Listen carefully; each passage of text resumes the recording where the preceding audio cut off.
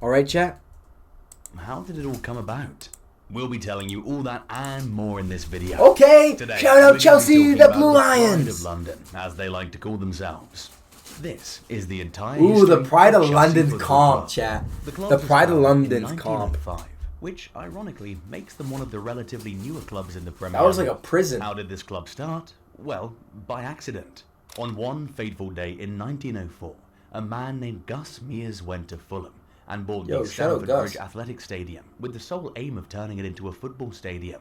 So, yeah, in this case, the stadium came... Shout out Gus, chat. And not the club before the stadium.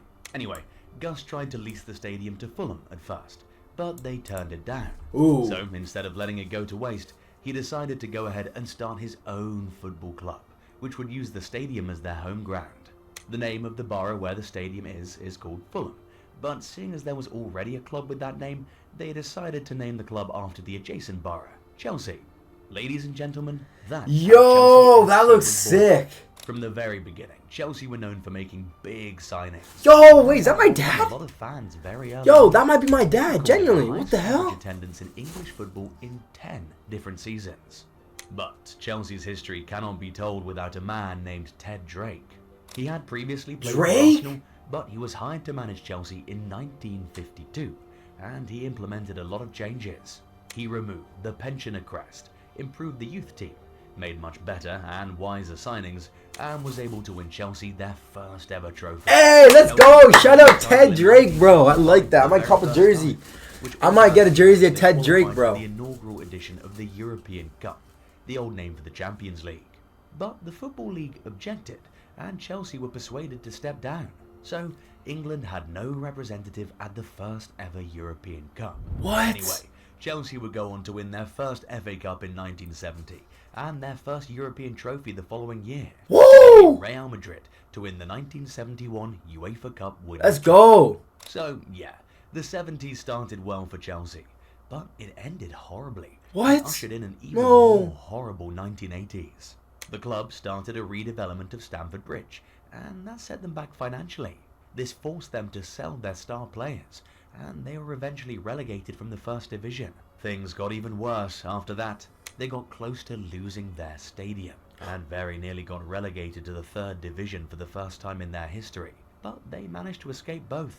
They desperately Let's go. It was needed meant a to be, that's savior, why. and they got that in Matthew Harding in the 90s.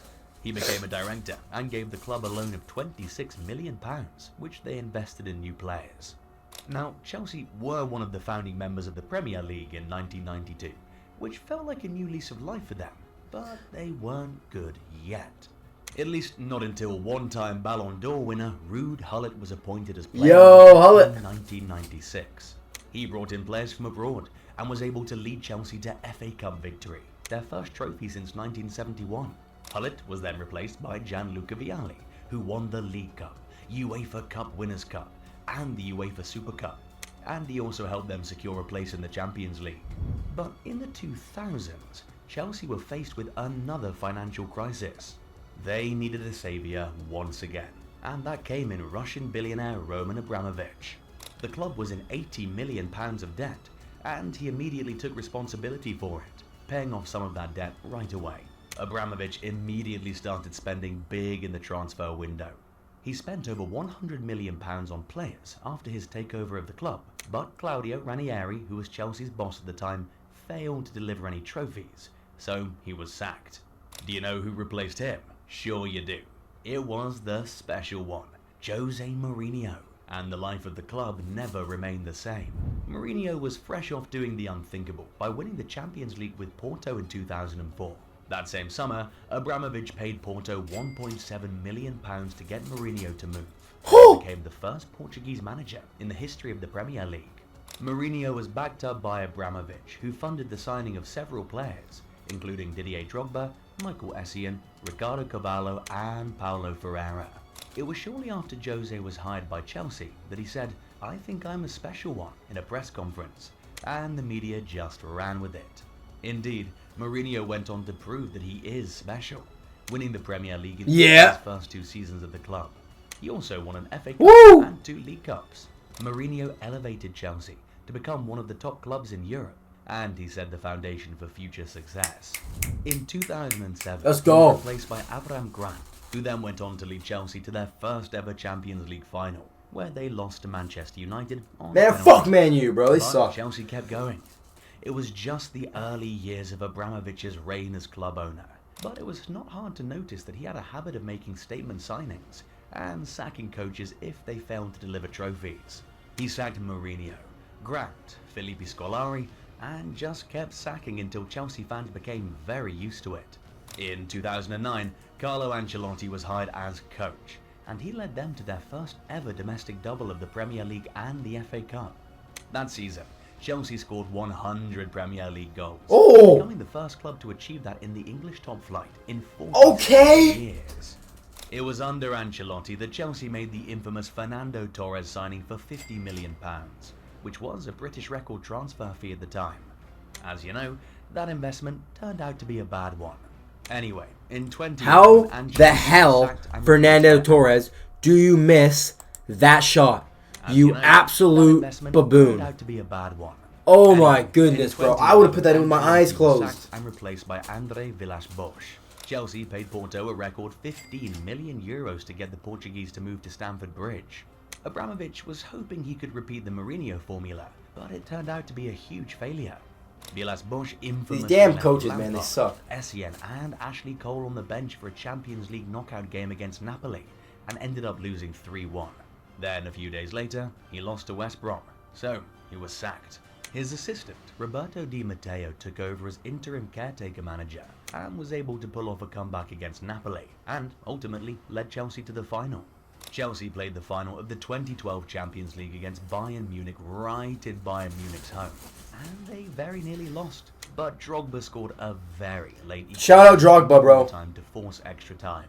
In extra time, Petr Cech made a huge penalty save to keep things Yes.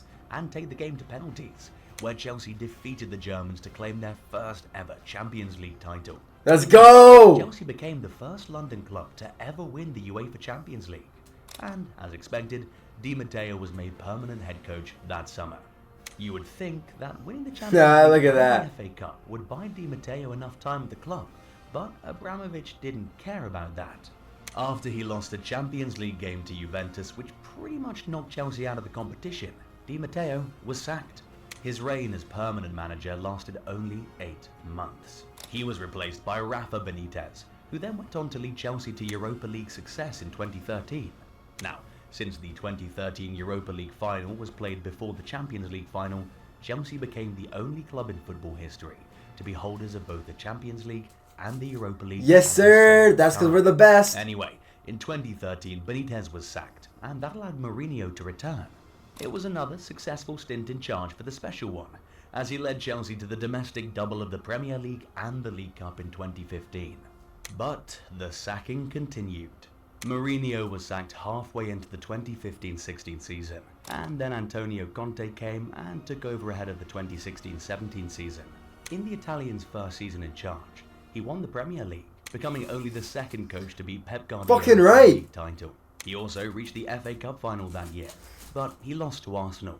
However, he came back the next season to win the FA Cup, beating Manchester United in the final. Whoa! United! Get shit on, bitch. Let's go. Despite finishing the season with a trophy, Conte was sacked after he finished 5th in the Premier League table and failed to qualify for the Champions League. Abramovich showed absolutely no mercy. Conte was replaced with Maurizio Sarri. Holy shit, how many... Chelsea win the Bro, that guy looks like a fucking gamer. Arsenal in the final. He also led them to the League Cup final that season, but they lost on penalties to Manchester City. It was that game where Sarri nearly lost his mind on the touchline after Kepa refused to come off. Anyway, Sarri's reign at Chelsea lasted only 1 year, but for once it wasn't because he was sacked. According to the gaffer, he wanted to be closer to his elderly parents in Italy, so he opted to move back and take the Juventus job. Sarri was then replaced by former player and one of the biggest club legends, Frank Lampard. This made him the first English manager to coach Chelsea in over 20 years. When Lampard took over, Chelsea had a transfer ban, so it forced him to trust in the club's academy. He gave debuts to Mason Mount, Billy Gilmore, Mark Guehi, Ian Maatson, Tino Anjorin, Tarek Lamptey, Armando Broja, and current team captain Reece James. Woo, J-Mo! You didn't do that, dreads. Lampard managed to secure a top 4 finish and lead the team to the FA Cup final, which they lost to Arsenal. By the summer of 2020, the transfer ban had been lifted, and that allowed Chelsea to go back to their tradition of signing loads of players. They went on to spend big on guys like Kai Havertz, Timo Werner, Ben Chilwell, Hakim Ziyech, and Edouard Mendy. But they were worse off with these signings under Lampard. Although Chelsea was sitting at the top of their Champions League group, they were languishing in 9th place in the Premier League, which led to Lampard being sacked halfway into the season. Anyway, Lampard was replaced with Thomas Tuchel, who was able to lead Chelsea to the FA Cup final and the Champions League final. He lost the FA Cup final to Leicester City, but managed to lost to Leicester City? Are you fucking kidding me? Chelsea win their second. What the fuck are y'all doing? This is Chelsea. What are we doing? None of the colors, none of the jerseys. Boys, wait for the room at least. Come on, man. That's bad looks, bro. They went on to win the UEFA Super Cup and the FIFA Club World Cup. After that Champions League success, Chelsea wanted to compete in the Premier League again. So they went out and broke the bank for Lukaku. But it turned out to be a horrible signing. But that was not even the worst thing to happen to Chelsea in the 2021-22 season. Following Russia's invasion of Ukraine in early 2022, many Western governments, including that of the UK, leveled financial sanctions on Russian oligarchs. This forced Abramovich to put Chelsea up for sale. But as a parting gift, he wrote off the £1.5 million debt that was owed to him by the club. Abramovich also pledged to donate the proceeds from the sale of the club to victims of the ongoing war in Ukraine, and he was reportedly involved in brokering a peace deal between Ukraine and Russia. In May 2022, Blueco, a group consisting of Todd Boehly, Clearlake Capital, Mark Walter, and Hans-Jörg Weiss, completed a £4.25 billion takeover of Chelsea. This meant that Roman Abramovich's reign as their owner was finally over. Okay, new owner, let's do it. Hugely successful years. Todd Boehly became chairman of the club, and that led to a couple of top guns at Chelsea leaving. Sporting director Marina Granovskaya and technical and performance advisor Petr Cech both left. Then, months after losing 2 cup finals to Liverpool, Tuchel was sacked and replaced with Graham Potter. This was the beginning of the bad times for Chelsea. No! After a run of just 5 wins in 27 games, what? Potter himself was sacked in April 2023, which allowed Lampard to return as caretaker manager. Oh my god, why are we double dipping in all these coaches? He only managed to win 1 out of 11 games, which meant that he had a 9% win rate. Oh my god! Chelsea history among managers who were in charge for 3 games or more. That season, Chelsea finished 12th in the Premier League table. The first time they finished in the bottom half of the table in 27 years. Jesus. Lampard was let go that summer and replaced by Mauricio Pochettino. He led Chelsea to the League Cup final, but lost to Liverpool. He then managed a 6th position finish in the Premier League, which could only guarantee Europa Conference League football. Cole Palmer! Yeah! The season much better than he started, and most fans thought he would stay. But he and the sporting directors failed to agree on how the young squad should be managed. So he decided to leave. This allowed Chelsea to sign Enzo Maresca as head coach ahead of the 2024-25 season. Under this new ownership, Chelsea have been spending extravagantly. Yes, Chelsea have always been known to spend big in the transfer window, but this time it feels like money is just being thrown at any player who cares to join the club. They signed Cole Palmer for €40 million. Which was the best signing in history. That is the best signing in history. Neto for €60 million. Best, even better, yep. Christopher Nkunku for €60 million. I don't know that Romeo Lavia for €62 million. Mihailo Mudryk for $70. Wesley Fofana for $80. Yep. Moises Caicedo for $116. And Enzo Fernandez for an English record fee of $120. Damn, okay. I mean, we like him, but I don't know about that. In just a little over 2 years. That's my boy! Joe Chelsea Felix. Spent close to €1.5 billion on players, leaving them with an overpopulated squad of over 40 players. But with success, still not looking very close. Will there be a turnaround of Chelsea? This year? What do you mean will there be a turnaround? This year, bro, we're winning it all, bro. We're winning it all. We're on an absolute steamer.